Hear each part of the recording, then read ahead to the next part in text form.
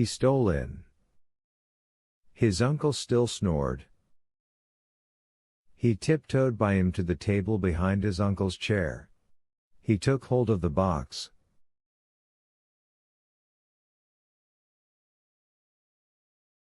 And then a bit of the broken wood of the box fell to the floor with a thud. His uncle stirred in his chair and opened his eyes. Quick as lightning, the boy crouched down behind his uncle's chair, hardly breathing.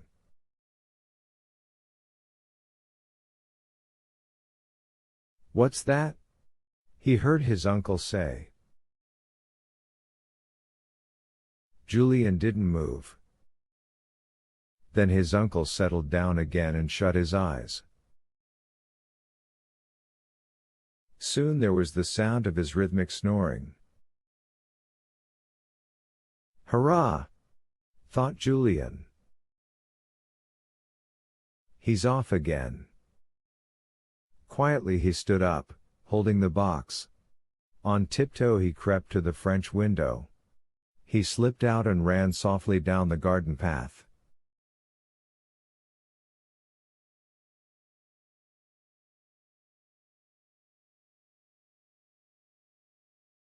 He didn't think of hiding the box.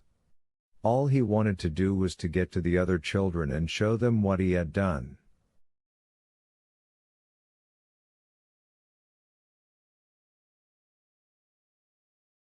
He ran to the beach where the others were lying in the sun.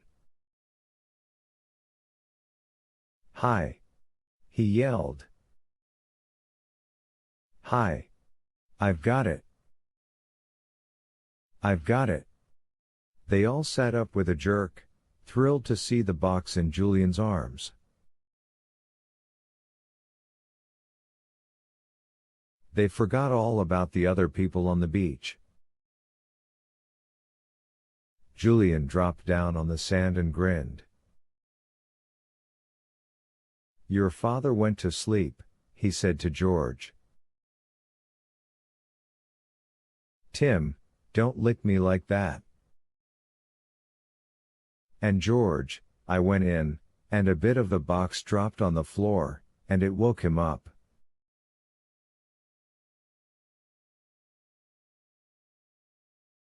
"Golly," said George. "What happened?" "I crouched down behind his chair till he went to sleep again," said Julian.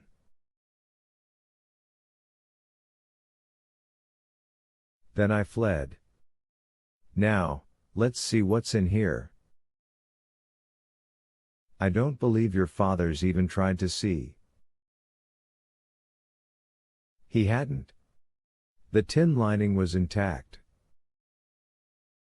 It had rusted with the years of lying in the wet, and the lid was so tightly fitted down that it was almost impossible to move it.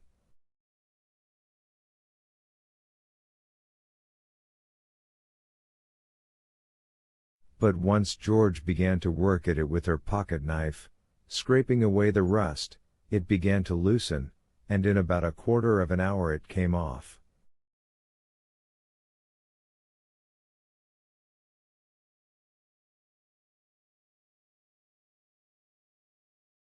The children bent eagerly over it. Inside lay some old papers and a book of some kind with a black cover. Nothing else at all. No bar of gold. No treasure. Everyone felt a little bit disappointed. "It's all quite dry," said Julian, surprised. "Not a bit damp." The tin lining kept everything perfect. He picked up the book and opened it. "It's a diary your great-great-great-grandfather kept of the ship's voyages," he said.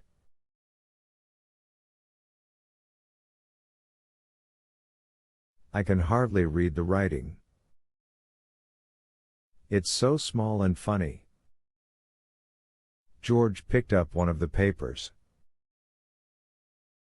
It was made of thick parchment, quite yellow with age. She spread it out on the sand and looked at it.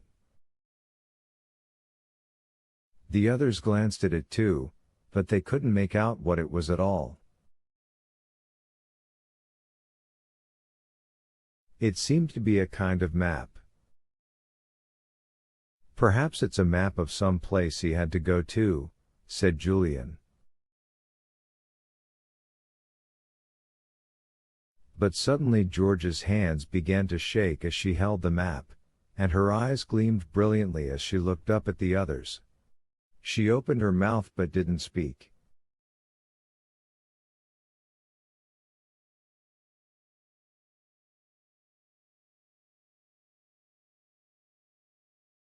What's the matter? Said Julian, curiously. What's up? Have you lost your tongue? George shook her head and then began to speak with a rush. Julian. Do you know what this is? It's a map of my old castle, of Kieran Castle, when it wasn't a ruin.